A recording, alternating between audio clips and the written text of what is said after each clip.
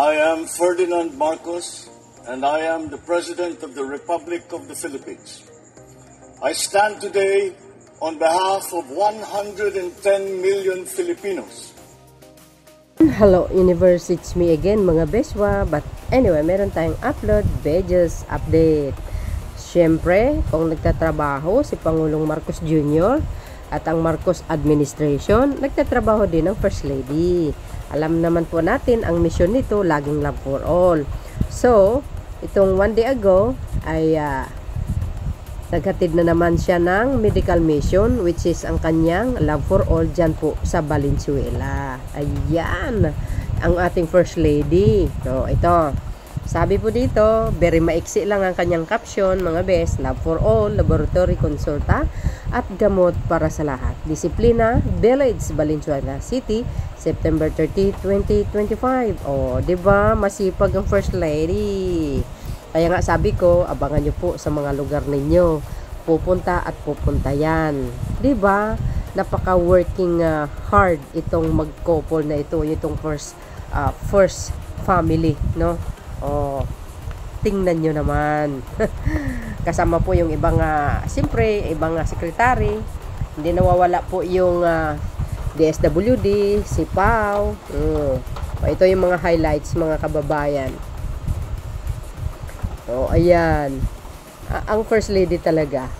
Pag mayroong, ano yan, tawag dito, yung mga ganyang medical mission, which is ang kanyang love for all, hindi po nawawala yung mga binibigay sa mga mahihirap nating mga kababayan, yung mga laging binibigay ng DSWD pag may sakuna, yung mga nakakarton, yung mga relief good, lahat pati yung PCSO mayroon din, tapos mga hot meal mayroon din. Siyempre mga kababayan, nagbibigay din ng cash assistance yan sa mga tupad. Biro nyo yun, dubli trabaho nito, no? Hindi, ito pa yung mga highlights. Ayan. You see? Nandyan pa rin ang EGOB. I-download nyo. See? Kung gusto nyo malaman magkano contribution nyo sa PhilHealth, GSIS, SSS, pwede dyan. Sa EGOB app na yan. Doon nyo makikita. Kasama si DTI. Diba? Secretary Roque. Ganyan kahit si Pangulong Marcos Jr. nga kahit pumupunta kahit saan maghatid ng tulong, kasama din po ang mga sekretary. Ganon din si First Lady. Kahit hindi elected official, pero tingnan nyo naman, very hands-on, no, na tumulong at magbigay tulong para sa mamamayang Pilipino. Tumatangkad si First Lady sa kakalibot niya sa buong Pilipinas. Alam nyo, nakikita nyo ba yung mga litrata nyo ng dalaga? Ang gandang babae pala ito, crush ng bayan, mga bes. Sa totoo lang. Ayan At saka walang arte ito. Sa totoo lang, walang arte na babae. See? Shout out sa mga taga Valenzuela City. Hindi lang yan, mga bes. Pagpunta niya po dyan sa Valenzuela City, mga kababayan, nagkaroon po ng groundbreaking. National High School ba yun? Ito, pakita natin, okay? Ayan, nagkaroon pala. National High School nga, mga kababayan. Groundbreaking. Diyan po sa Valenzuela. Diba? Kapatid yata ni Secretary Gatchalian itong naka-blue. Ito pa. Yung kanyang, ito yung kanyang caption, Disiplina Village, Bignay National High School, groundbreaking ceremony. Valenzuela City, Philippines, September 30, 2025. Diba? Shoutout sa inyo, taga Valenzuela. Ngayon at mayroon na kayong National High School. So, ibig sabihin, wala palang National High School dyan. Ayan, groundbreaking na yan, mga besa. Hindi kasama si Secretary Angara, baka busy. Diba? Ayan, ito po yung mga highlights, okay? Ayan, talaga naman ng First Lady. Walang kapagod-pagod, kaya lagi kong sinasabi, abangan nyo po itong first couple na ito, kung saan-saan silang nakakarating para lang maghatid ng tulong sa ating mamamayang Pilipino. Kaya nga ang tawag dyan is serbisyo para sa mamamayang Pilipino. ika nga ang pamahalaan na mismo ang maghatid ng tulong sa ating mga kababayan. Totoo naman, 'di ba? Sa dami-dami ba naman 'yan, mga bes? Alangan ang pupunta sila sa Malacanang, bawat probinsya. Gastos, baka kulang yung mga barko na sasakyan, para pupunta lang sa Malacanang sa dami-dami ba naman ng tao sa isang region. So ang ginawa nila, sila na po ang naghatid ng serbisyo para sa mamayang Pilipino. O, di ba? Kompleto mga yan eh. Mga sekretary na iba. O, DOLE, DOE, DICT, lahat eh. O, di ba? Agay. Ganda. Mapapasa na all ka talaga. So, sure naman talaga yan. Yung groundbreaking ng National High School, hindi na po ghost project dahil dalang-dala na yung mga tao. Hindi na nila gagawin yun. So, siyempre, ang contractors dyan, dapat ayusin ang kanyang trabaho dahil kung hindi, kulungan ang punta mo. Mga sino ba ang naka-assign dyan? May DPWH ba? Mag-ayos-ayos kayo. Dahil yan, nakamonitor yung mga proyekto na yan. Kaya, mag-ayos-ayos naman kayo. Tama na yung pangungurakot nyo, kawawa ang mamayang Pilipino naman. Hayaan naman sila ang mabigyan ng tulong at, atira ng serbisyo. Huwag na kayong mangurakot.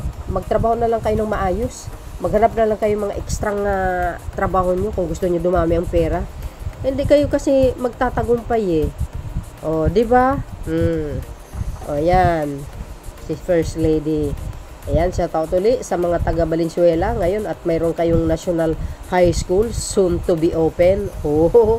Baka next year matapos na yan. So, yun mga bes, ang ating First Lady sa kanyang activities.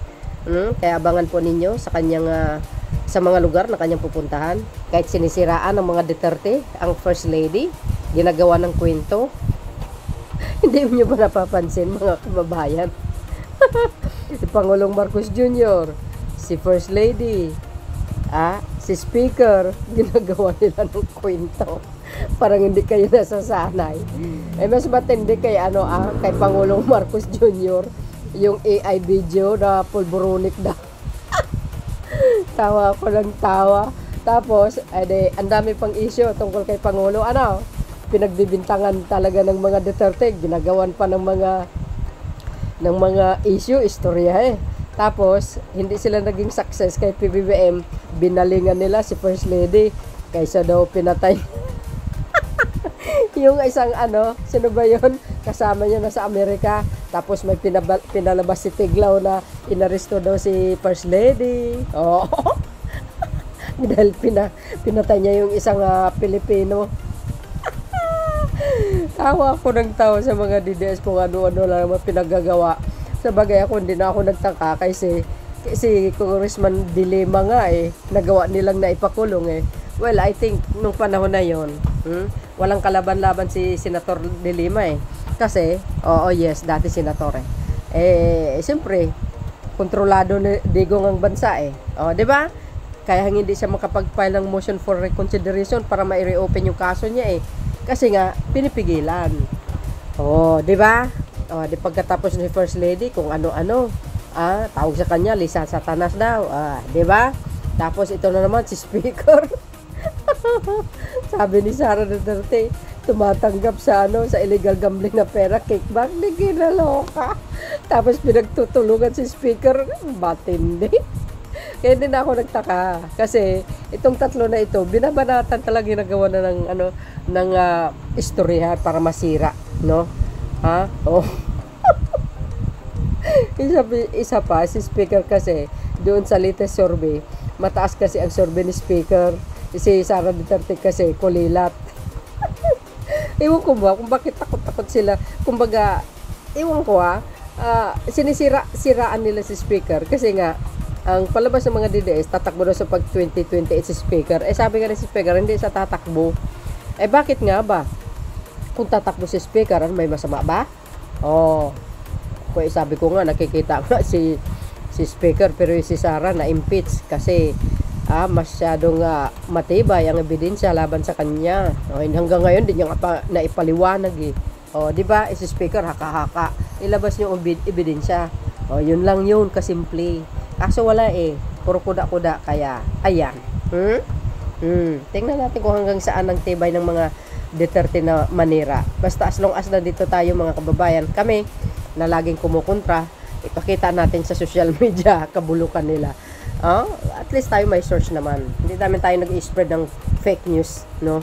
So yun mga beswa, ito ay courtesy ng ating First Lady. Thank you for watching. Abangan ang First Lady sa mga lugar ninyo. See you again on my next upload. Bye bye bye. God bless Philippines.